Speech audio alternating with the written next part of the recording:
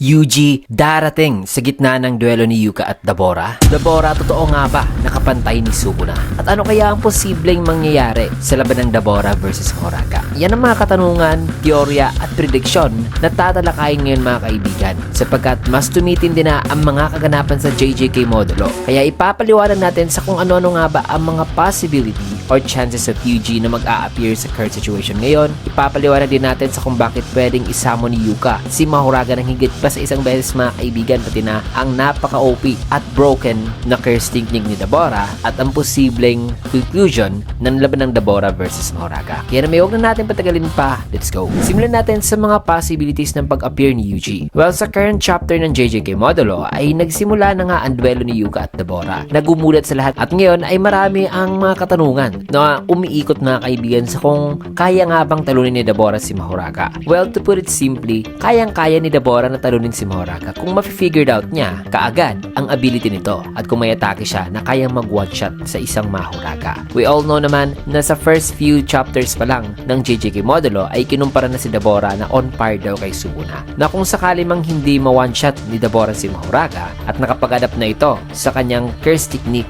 fully, ay dyan na magiging tricky ang mangyayari kasi magkakaroon ngayon ng rampage si Mahoraga na di kayang pigilan ni Dabora na ang pinakamalakas dito sa battlefield. At kung yan ang mangyayari mga kaibigan, ay dito napapasok ang teorya natin na lalabas na si Yuji o darating mismo sa duelo para tatapos kay Mahoraga. Posible kasi na kung di matalo ni Dabora si Mahoraga kasi nakapag-adapt na ito sa kanyang curse technique, ay si Yuji na mismo ang tatapos kay Mahoraga since na wala sa current new generation ng mga sorcerers ang kayang mag one shot kay Mahoraga. Yan ang una nating teorya na maaaring mag-a-appear si Yuji sa ganyang paraan dito sa kwento. Ang pangalawa naman na teorya ay kung sakaling ma-one shot naman ni Dabora si Mahoraga, na kung mapatay ni Dabora si Mahoraga ay posibleng mag-i-interfere na si Yuji kasi papatay na rin ni Dabora si Yuka, which is ang kanya naman talagang kaduelo. At sa pagdating ni Yuji ay magkakaroon na ngayon ng 1v1 sa pagitan ni Yuji at Dabora. And either way sa dalawang teorya na yan, ay ang pagdating ni Yuji ay mag-showcase talaga sa kung gaano nakalakas ang isang prime Yuji almost 70 years simula ng Shinjuku Showdown. Now the third theory naman ay posible na di talaga mag-i-interfere si Yuji dito. However, mag-a-appear pa rin siya kung sakali mang balak ni Gege na i-extend ang kwento at ipapa-appear niya si Mahito mga kaibigan sa kwento na baka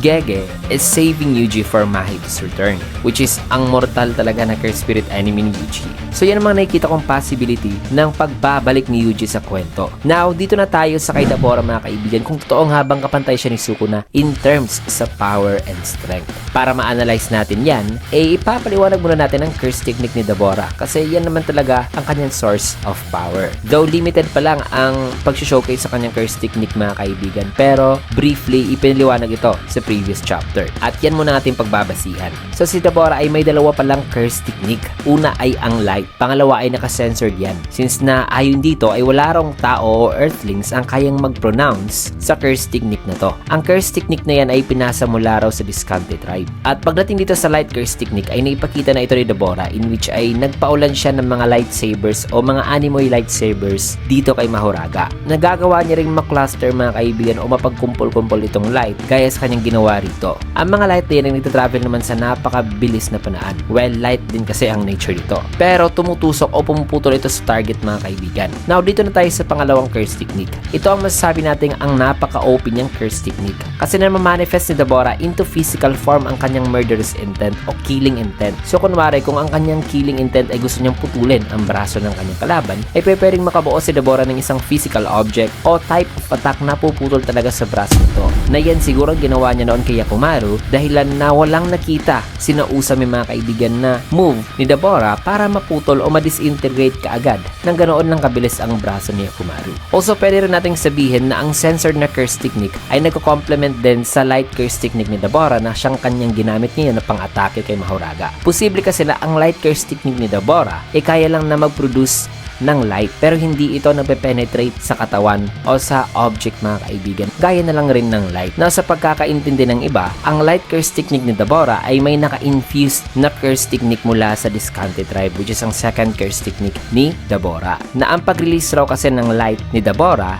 ay nagiging destructive o threat dahil mismo sa second curse technique. Kasi imbis na ang light ay hindi sana mape-penetrate o hindi magkakos ng harm sa target, ay dahil sa may naka-infuse itong second curse technique, which is ang killing intent ni Dabora ay nagiging physical form, ang simping light ay nagkakaroon ng physical form na kayang mag-penetrate ng target ito. With that combo, kaya pala talaga ni Dabora magpakawala ng mga light speed type of attack. Isipin mo, ang kanyang atake ay in the speed of light. Also, hindi pa rito pinakita ang full extent ng naka-censored na curse technique kasi posible rin na kaya niya pang gumawa ng mga iba't ibang klase ng mga atake depende sa kanyang killing intent na pwede niyang i-manifest yan into physical form para patayin ng kalaban. So, napaka-busted talaga kung tutuusin ng curse technique ni Dabora at knowing na di pa rin natin alam sa kung ano ang domain expansion nito. So, with these curse techniques in hand, ano kaya ang posibleng mangyari sa labanan ni Dabora at Mahoraga? Well, kung tatagal ng gustong laban at di pa na one-shot ni Dabora si Mahoraga,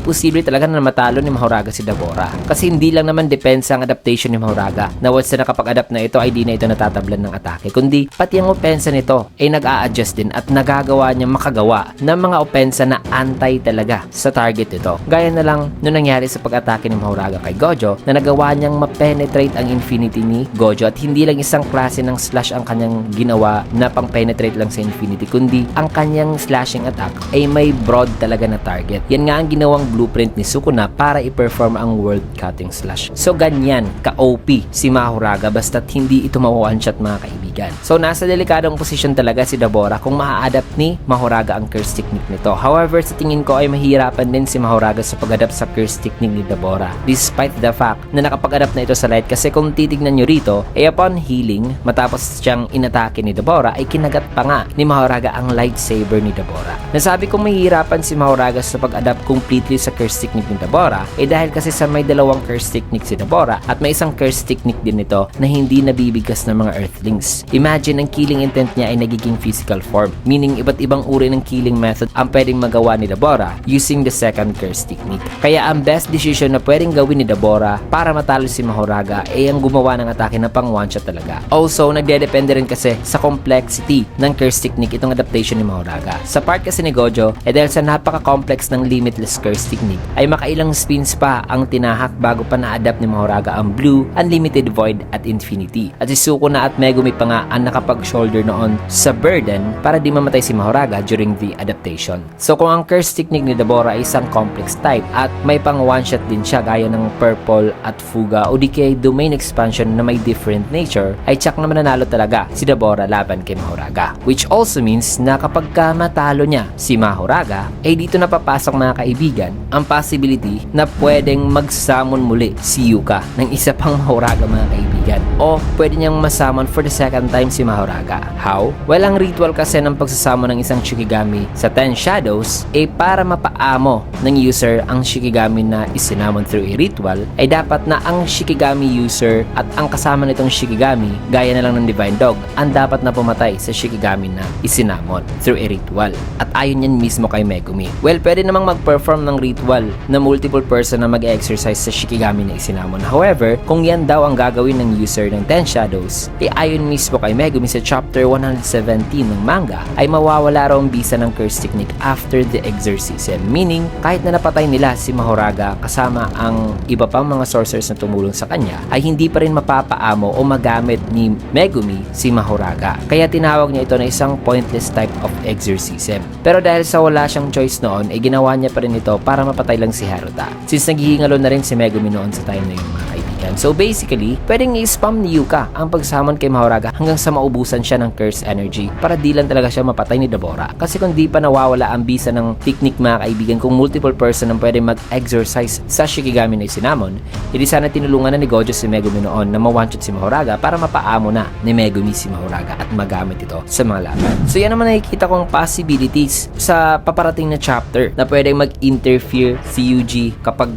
nakapag fully adapt na si Mahoraga sa curse technique ni Deborah para di na ito mag-cause pa ng chaos o pwede ring mag-interfere si Yuji para di talaga mapatay ni Deborah si Yuka o di kayo mag-a-appear lang si Yuji kung mag-a-appear na rin si Mahito. Kayo, ano sa tingin nyo? Posible rin ba na yun ang mangyari sa darating na chapters sa laban ng Deborah versus Mahoraga? Well, let me know your thoughts, additional info, theory, o prediction dyan sa comment section mga kaibigan. Kasi yan muna ang ating prediction and theory video for today. Kaya kung nagustuhan nyo ating video, can you get a like, comment, or subscribe na rin for more videos like this. Maraming salamat mga kaibigan and see you guys again sa next chapter and theory and prediction video natin nitong JJK modulo. Ayan. Maraming salamat and see you guys again on my next video.